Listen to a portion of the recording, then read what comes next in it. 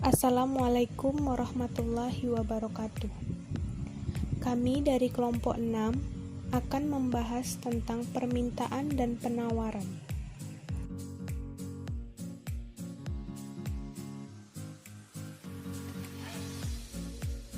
Pasar dan persaingan. Pengertian pasar adalah suatu tempat terjadi proses interaksi antara permintaan atau yang disebut dengan pembeli dan penawaran yang disebut dengan penjual dari suatu barang atau jasa tertentu, sehingga akhirnya dapat menetapkan harga keseimbangan atau yang disebut dengan harga pasar dan jumlah yang diperdagangkan. Pasar dapat digolongkan menjadi dua, yaitu satu, pasar komoditas merupakan bentuk interaksi dalam menentukan jumlah dan harga komoditas yang dilakukan di antara pembeli dan para penjual. Yang kedua, pasar faktor produksi, yaitu keseluruhan penawaran dan permintaan faktor-faktor produksi yang terjadi antara pengusaha dan para pembeli faktor produksi dalam suatu daerah atau wilayah.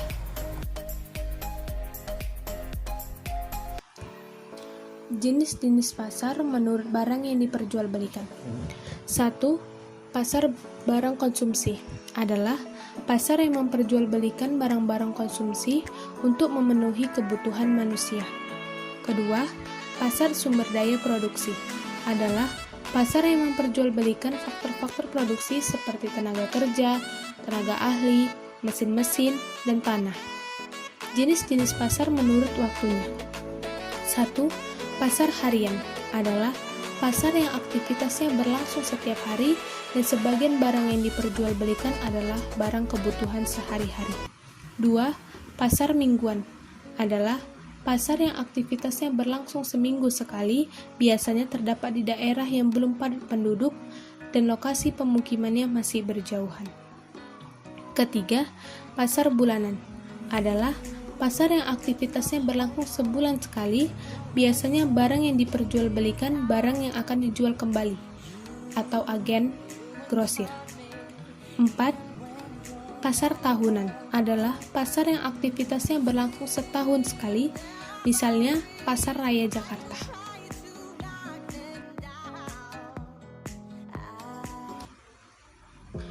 B. Persaingan. Persaingan adalah bersaingnya para penjual yang sama-sama berusaha mendapatkan keuntungan, pangsa pasar, dan jumlah penjualan. Para penjual biasanya berusaha mengungguli persaingan dengan membedakan harga, produk, distribusi, dan promosi. Menurut Adam Smith dalam The Wealth of Nations 1776, persaingan akan mendorong alokasi faktor produksi ke arah penggunaan yang paling bernilai tinggi dan efisien. Proses ini sering disebut tangan tak terlihat. Dalam teori mikroekonomi, persaingan dalam suatu pasar dibedakan menjadi persaingan sempurna dan persaingan tidak sempurna. Pasar yang tidak memiliki persaingan disebut monopoli. Adanya persaingan menyebabkan perusahaan-perusahaan komersial untuk mengembangkan produk, teknologi, dan jasa, sehingga menyebabkan lebih banyaknya pilihan, menghasilkan produk yang lebih baik dan harga yang lebih rendah. Permintaan dan faktor-faktor yang mempengaruhinya. A. Permintaan.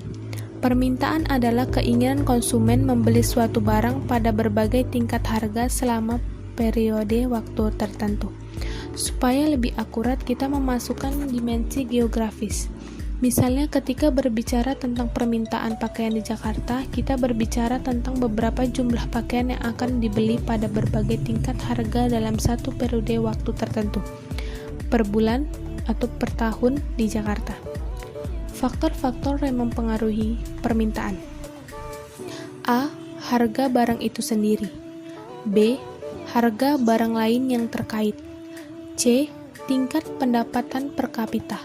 D. Selera atau kebiasaan. E. Jumlah penduduk. F. Perkiraan harga di masa mendatang. G. Distribusi pendapatan. H. Usaha-usaha produsen meningkatkan penjualan. Kurva permintaan. Dengan menggunakan data yang terdapat dalam daftar permintaan, kita dapat membuat kurva permintaan. Berdasarkan angka-angka dalam tabel 4.1, dalam gambar 4.1 dapat dilihat kurva permintaan terhadap buku tulis. Pada sumbu tegak digambarkan berbagai tingkat harga, pada sumbu datar digambarkan berbagai jumlah buku tulis yang akan dibeli. Dengan demikian, kurva permintaan dapat didefinisikan sebagai suatu kurva yang menggambarkan sifat hubungan harga sesuatu barang tertentu dengan jumlah barang tersebut yang diminta para pembeli. Dalam gambar 4.1 ada kurva permintaan DD, terdapat 5 titik yaitu P, Q, R, S, dan T. Masing-masing titik menggambarkan keadaan yang berbeda. Sebagai contoh, dalam tabel 4.1, keadaan P menggambarkan bahwa pada harga 5.000, jumlah buku tulis yang akan dibeli adalah 200. Dalam gambar 4.1, titik P juga menggambarkan keadaan seperti itu. Bisa dilihat pada gambar kedua tersebut. Hukum permintaan. Hukum permintaan menyatakan bahwa ketika harga suatu barang jasa mengalami penurunan, maka jumlah permintaan barang jasa tersebut akan naik, dan sebaliknya ketika harga barang jasa meningkat, maka jumlah barang jasa yang diminta akan berkurang. Penawaran dan faktor-faktor yang mempengaruhinya. A. Penawaran. Penawaran adalah jumlah barang yang produsen ingin tawarkan atau dijual pada berbagai tingkat harga selama satu periode tertentu. Faktor-faktor yang menentukan tingkat penawaran adalah harga jual barang yang bersangkutan, serta faktor-faktor lainnya yang dapat disederhanakan sebagai faktor non-harga. B. Faktor-faktor yang mempengaruhi penawaran. 1. Harga barang itu sendiri. 2. Harga barang lain yang terkait. 3. Harga faktor produksi. 4. Biaya produksi. 5. Teknologi produksi. 6. Jumlah pedagang atau penjual. 7. Tujuan perusahaan. 8. Kebijakan pemerintah.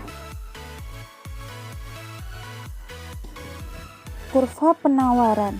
Berdasarkan data yang terdapat dalam tabel 4.3, sekarang dapatlah dibuat kurva penawaran. Kurva penawaran adalah suatu yang menunjukkan hubungan di antara harga suatu barang tertentu dengan jumlah barang tersebut yang ditawarkan.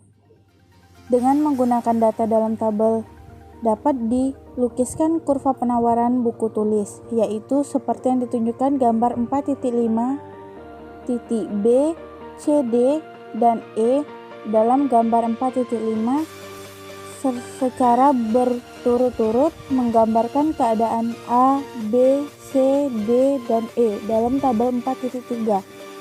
Kurva SS yaitu kurva yang melalui titik A, B, C, D, dan E adalah kurva penawaran. Contoh, titik C menggambarkan keadaan berikut. Pada harga Rp3.000, jumlah barang atau buku tulis yang ditawarkan adalah 600 buah. Informasi ini menunjukkan jumlah barang yang ditawarkan pada harga Rp3.000 atau penawaran oleh kurva A, B, C, D, E. Hukum penawaran. Hukum penawaran adalah suatu pernyataan yang menjelaskan tentang sifat hubungan antara harga sesuatu barang dengan jumlah barang tersebut yang ditawarkan para penjual. Dalam hubungan ini, dinyatakan bagaimana keinginan para penjual untuk menawarkan barangnya apabila harganya tinggi dan bagaimana pula keinginan untuk menawarkan barangnya tersebut apabila harganya rendah. Hukum penawaran pada dasarnya mengatakan bahwa makin tinggi harga suatu barang, semakin banyak juga jumlah barang tersebut akan ditawarkan oleh para penjual. Sebaliknya, makin rendah harga sesuatu barang, semakin sedikit juga barang tersebut yang ditawarkan. Keseimbangan pasar dan dampaknya. Keseimbangan pasar atau equilibrium adalah keadaan yang menunjukkan baik konsumen maupun produsen telah menyetujui harga suatu barang, yaitu harga yang konsumen bersedia membeli untuk sejumlah barang sama dengan harga yang produsen bersedia menjual untuk sejumlah barang tersebut. Jadi konsep keseimbangan pasar dapat diartikan sebagai kesepakatan antara pembeli dan penjual atau konsumen dan produsen. Lebih jauh, hal tersebut secara ekonomi dapat diartikan sebagai pertemuan antara fungsi permintaan dan fungsi penawaran. Secara matematis, titik potong antara fungsi permintaan dan fungsi penawaran dapat dikatakan sebagai titik keseimbangan pasar. Dampak keseimbangan pasar pada permintaan. 1. Hubungan antar harga dengan jumlah barang dalam fungsi permintaan berbanding kebalik. Artinya di saat harga barang turun, permintaan naik. Di saat harga barang naik, permintaan turun. Oleh sebab itu, gradien fungsi permintaan selalu negatif. Jika harga barang yang berlaku di pasaran lebih rendah dari harga keseimbangan, kan mengakibatkan kelebihan permintaan. Kelebihan permintaan adalah kondisi di mana jumlah barang yang diminta lebih besar dibandingkan dengan jumlah barang yang ditawarkan pada harga pasar yang berlaku. Kondisi ini menimbulkan bersaing antar konsumen untuk mendapatkan barang tersebut karena barang yang tersedia terbatas. Konsekuensi lebih lanjut, harga kan terdongkrak naik sehingga jumlah permintaan dan penawaran akan terdorong ke arah keseimbangan. 2.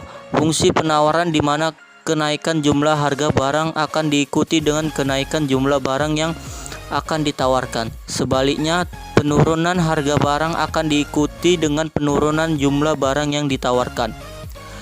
3. Jika jumlah konsumen yang menginginkan barang sedikit, konsekuensinya harga akan turun sehingga mendorong jumlah permintaan dan penawaran ke arah titik keseimbangan. 4. Tidak akan ada lagi barang yang tersisa pada penjual dan tidak ada lagi konsumen yang tidak mendapatkan barang. 5. Pasar tidak mengalami kelebihan permintaan atau kelebihan penawaran. Surplus konsumen dan produsen. Surplus konsumen adalah perbedaan antara jumlah maksimum yang tersedia dibayar konsumen untuk sebuah barang dengan jumlah sebenarnya yang dibayar konsumen. Surplus produsen adalah jumlah yang dibayarkan oleh penjual untuk sebuah barang dikurangi dengan biaya produksi barang tersebut. Berbeda dengan seorang pembeli yang selalu ingin menerima barang dengan harga yang lebih rendah. Seorang penjual selalu ingin menerima harga yang lebih tinggi untuk setiap barang yang dijual. Semakin tinggi harga yang diperoleh, maka semakin tinggi pula surplus produsen yang dimiliki oleh penjual. Gambar 1. Gambar di atas menunjukkan kurva penawaran. Surplus produsen berada di atas kurva penawaran. Dari gambar di atas, yang terdapat pada luas wilayah A adalah besarnya surplus produsen, yaitu nilai yang diterima penjual dikurang biaya penjual. 30.000 dikurang 20.000 sama dengan 10.000. Gambar 2. Gambar 2 menunjukkan yang terjadi jika terjadi kenaikan harga menjadi 60.000. Surplus produsen sekarang menjadi meningkat. Kenaikan ini terjadi pada pertama penjual yang menjual sebanyak Q sama dengan 1 pada harga 30.000 dan sekarang meningkat menjadi 60.000. Produsennya terdapat pada wilayah B. Kedua penjual baru masuk ke pasar yang bersedia menjual barang pada harga baru tersebut, sehingga mengakibatkan terjadinya kenaikan penawaran menjadi Q sama dengan 2. Surplus produsen dari penjual baru ini adalah wilayah C. Jika kita jumlahkan, maka total dari surplus produsennya ialah surplus penjual pertama ditambah surplus penjual baru sama dengan 60.000 dikurang 20.000 sama dengan 40.000 ditambah 60.000 dikurang 30.000 sama dengan 30.000, sehingga seluruh jumlahnya senilai 70.000. itulah adalah surplus produsennya. Kesimpulan, pasar adalah suatu tempat terjadi proses interaksi antara permintaan atau yang disebut dengan pembeli dan penawaran yang disebut dengan penjual dari suatu barang atau jasa tertentu, sehingga akhirnya dapat menetapkan harga keseimbangan atau yang disebut dengan harga pasar dan jumlah yang diperdagangkan. Permintaan keinginan konsumen membeli suatu barang dan berbagai tingkat harga selama periode waktu tertentu. Supaya lebih akurat, kita memasukkan dimensi geografis. Misalnya, ketika berbicara tentang permintaan pakaian di Jakarta, kita berbicara tentang beberapa jumlah pakaian yang akan dibeli pada berbagai tingkat harga dalam satu periode waktu tertentu, per bulan atau per tahun di Jakarta. Sedangkan penawaran jumlah barang yang produsen ingin tawarkan atau jual pada berbagai tingkat harga selama satu periode tertentu. Faktor-faktor yang menentukan tingkat penawaran adalah harga jual barang yang bersangkutan, serta faktor-faktor lainnya yang dapat disederhanakan sebagai faktor non-harga.